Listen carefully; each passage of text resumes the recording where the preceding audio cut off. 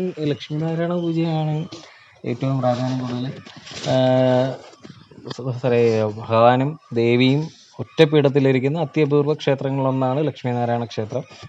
ഇവിടുത്തെ മെയിൻ പൂജ ലക്ഷ്മീനാരായണ പൂജയാണ്. അത് രണ്ട് രീതിയിലാണ് നമ്മൾ നടത്തുന്നത്. വിവാഹത്തിന് മുമ്പും വിവാഹത്തിന് ശേഷവും ഉള്ളവർക്ക് നമുക്ക് ഈ പൂജകൾ ചെയ്യാം. വിവാഹത്തിന് മുമ്പാണെങ്കിൽ ഇപ്പം ഒരു പെൺകുട്ടിയാണ് ലക്ഷ്മീനാരായണ പൂജ നടത്തുന്നതെങ്കിൽ ഭഗവാനെ പോലെ നല്ല ഐശ്വര്യവും നല്ല സ്വഭാവവും കാര്യങ്ങളായിട്ടുള്ളൊരു പുരുഷനെ കിട്ടുകയും, ആൺകുട്ടി നടത്തുകയാണെങ്കിൽ ദേവിയെ പോലെ ഒരു പെൺകുട്ടിയെ കിട്ടാനും വേണ്ടി നമുക്ക് ലക്ഷ്മീനാരായണ പൂജ ചെയ്യാം. പിന്നെ അതിനുശേഷം നമുക്ക് വിവാഹത്തിന് ശേഷം അല്ലെങ്കിൽ ഈ രീതിയിലൊന്നും അല്ല വേറെ ആലോചനകളൊന്നും വിവാഹം ചെയ്തു അതിനകത്ത് എന്തെങ്കിലും പ്രശ്നങ്ങളുണ്ടെങ്കിൽ പോലും ലക്ഷ്മീനാരായണ ദമ്പതി പൂജ നമുക്ക് ഇവിടെ ചെയ്യാവുന്നതാണ്.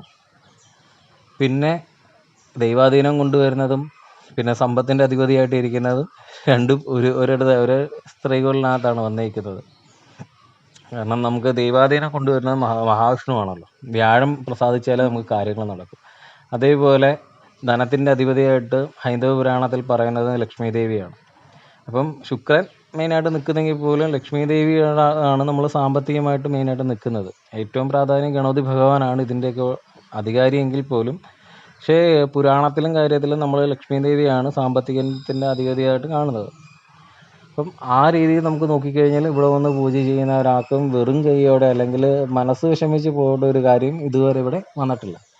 എന്ത് കാര്യത്തിനാണെങ്കിലും ഭഗവാന്റെ അടുത്ത് നല്ല രീതിയിൽ പ്രാർത്ഥിച്ചിറങ്ങിക്കഴിഞ്ഞാൽ അത് നടന്നിരിക്കും. പിന്നെ നമ്മൾ ഇവിടെ കൂടുതലും അല്ലാതെ ചെയ്യുന്നത് സത്യനാരായണ പൂജ. അത് ബിസിനസ് പരമായിട്ട് നിൽക്കുന്നവർക്കും അങ്ങനെ തൊഴിലിൽ നിന്നും ഉയർച്ച ഉണ്ടാകാനും സാമ്പത്തിക നേട്ടം ഉണ്ടാകാൻ വേണ്ടി സത്യനാരായണ പൂജയും ചെയ്യും. പിന്നെ നമ്മൾ മാസത്തിൽ ആദ്യത്തെ വെള്ളിയാഴ്ച ലക്ഷ്മി കടാക്ഷ പൂജ. അത് ഈ ബിസിനസ് പരമായിട്ടുള്ളതെന്ന് വെച്ചാൽ എന്തെങ്കിലും തടസ്സങ്ങളും കാര്യങ്ങളും അല്ലെങ്കിൽ പണം കിട്ടാതിരിക്കുക, നമ്മൾ ചെയ്ത ജോലിക്കുള്ളത് കിട്ടാതിരിക്കുകയൊക്കെ വരുമ്പോഴത്തേക്ക് നമ്മൾ ലക്ഷ്മി കടാക്ഷ പൂജ ചെയ്യും.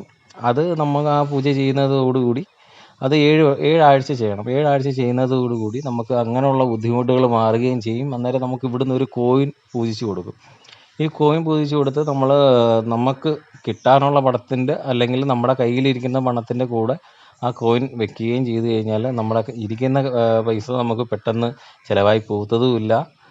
നമുക്ക് ഇങ്ങോട്ടുള്ള വരുമാനങ്ങൾ കൂടത്തതേ ഉള്ളൂ. നമ്മൾ ഒരിക്കലും നമ്മൾ കൊടുക്കാനുള്ള പേപ്പറിൻ്റെ കൂടൊന്നും ഈ കോയിനോ അല്ലെങ്കിൽ ഈ ക്ഷേത്രത്തിൽ നിന്ന് തരുന്നതൊന്നും വെക്കാൻ പാടില്ല. അങ്ങനെയാണെങ്കിൽ അത് കൂടി വരത്തതേ ഉള്ളൂ. ഇപ്പോൾ നമ്മൾ ബാങ്ക് ലോൺ അടയ്ക്കുന്ന ഇതിൻ്റെ കൂട്ടത്തിൽ കൊണ്ട് നമ്മൾ ഇവിടുന്ന് പൂജിച്ച് തരുന്ന കോയിൻ വെച്ച് കഴിഞ്ഞാൽ വീണ്ടും കടബാധ്യത ഏറി വരത്തതേ ഉള്ളൂ. പക്ഷേ നമുക്ക് കിട്ടാനുള്ള സമ്പത്തിന് അല്ലെങ്കിൽ പേപ്പറിനകത്തോ അല്ലെങ്കിൽ നമ്മുടെ ഇരിക്കുന്ന പണത്തിനകത്തോ ഇത് വെച്ച് കഴിഞ്ഞാൽ അത് കൂടി വരത്തതേ ഉള്ളൂ.